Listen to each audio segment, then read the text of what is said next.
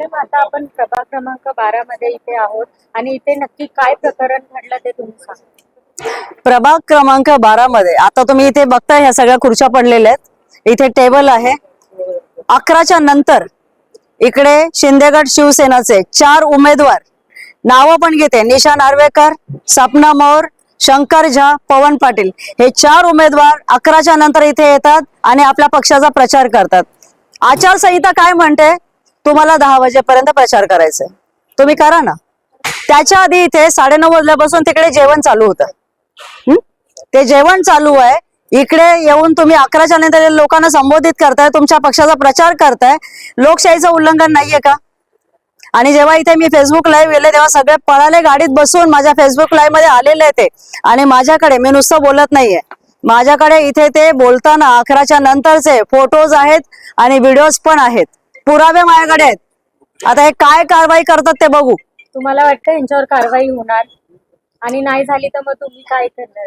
नाही झाली तर बघ आता मी काय करते ते। रेश्मा तपास आहे ना, उगाच नाही लावत आहे मी। काय आहे रेश्मा तपास आहे, मी आधीच बोलले होते कोळी साहेबांना जरा मॅन पॉवर वाढवा तुम्ही, कारण या वेळेला रेश्मा तपास आहे स्वतः इलेक्शनला उभी आहे, जगायला देणार नाही मी अशी।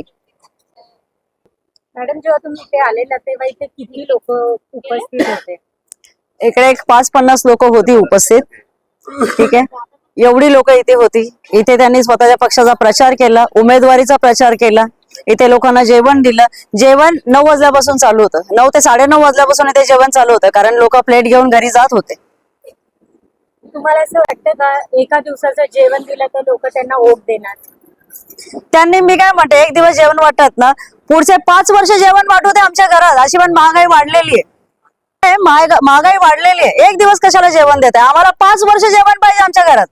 नोकऱ्या तर तुम्ही देत नाही, बरोबर ना, रोजगार तुम्ही देत नाही, 5 वर्ष पुढचे द्या तुम्ही जेवण, आज देऊ नका। काय तुम्हाला सांगितलं? मी सर्वप्रथम भरारी पथकाला फोन केला, परवा माझ्या सोसायटी जेव्हा राडा झाला तेव्हाही भरारी पथकाला फोन केला, तेव्हाही भरारी पथक सगळा राडा संपल्याच्या नंतर आला, पण तेव्हा पण कारवाई अजिबात झाली नाही। कारण हे पण कारवाई होणार, आता जर कारवाई नाही झाली ना, तुमच्या समोर सांगते, त्या आरओ ऑफिसला जाऊन मी राडा घालणार उद्या, मला पाहिजे कारवाई।